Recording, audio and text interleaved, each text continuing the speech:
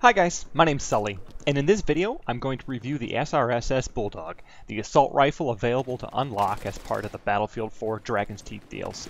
It's taken me so long to get to this gun mainly because the discussion around it has been so heated to say the least. When it comes to the Bulldog, it seems to be a love it or hate it kind of relationship. Some claim it's OP, some claim it's the best gun in the world. Well, long story short, after a few weeks and more than 500 kills with it, I can tell you don't buy into the hype either way.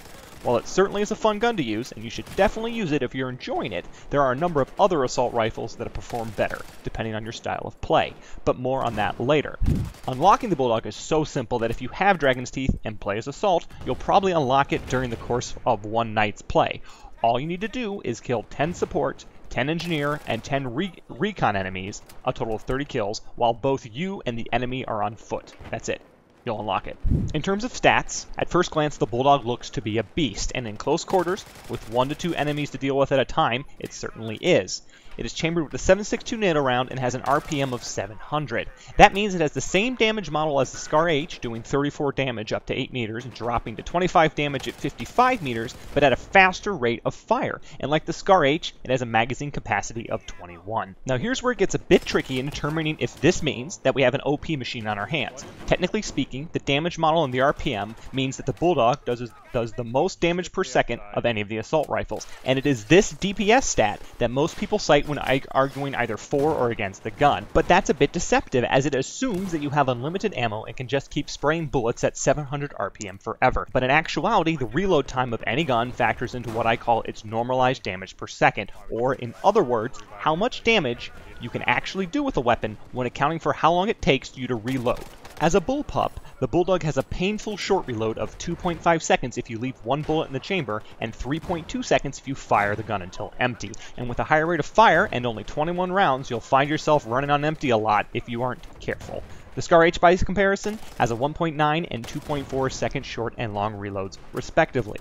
And really, it is the Bulldog's reload time that is its Achilles heel. Now, I won't go into the math behind calculating the normalized damage per second of a gun and the chart on the right screen, but essentially, it takes into account the fact that the time you spend reloading your gun is time you spend not doing damage to opponents. And granted, it doesn't take into consideration you switching to your secondary, but overall, it's a much more accurate measure of how much damage you actually end up doing with a gun over the course of a round. Even with an outstanding damage model and decent rate of fire, compared to the other 4 top assault rifles in the game, and these are my opinions, but I think you'll find universally these are the 4 that are listed at the top of most people's list: the Scar H, AEK, M416, and ACE-23, the Bulldog simply can't do the same amount of damage at close or medium or even longer ranges across time. Yes, the Bulldog will drop the first 1, 2, maybe 3 guys faster than the other rifles, but with it, you're going to find yourself spending a lot more time reloading than doing damage. And over the course of a close quarters battle on crowded maps, like, for example, Pearl Market, that downtime adds up. Interestingly enough, both the Scar H and my personal favorite assault rifle, the M416, have better all-around DPS performance at various range when compared to the Bulldog. Now, I won't bore you anymore with this kind of stat, but if you're interested in learning more about it and how all the other assault rifles in the game add up in terms of normalized DPS, I put a link in the video description below for you to download the full grid. Now, with that being said, damage per second isn't all you need to look at when considering a gun, and it certainly would be unfair to judge the Bulldog just on it alone. You also need to consider a gun's recoil and spread, and the Bulldog happens to fall short on both accounts when compared to its next closest competitor, the Scar H. With a greater side-to-side and vertical recoil, as well as a greater spread increase, the Bulldog jumps around a bit more and is harder to keep accurate at longer ranges.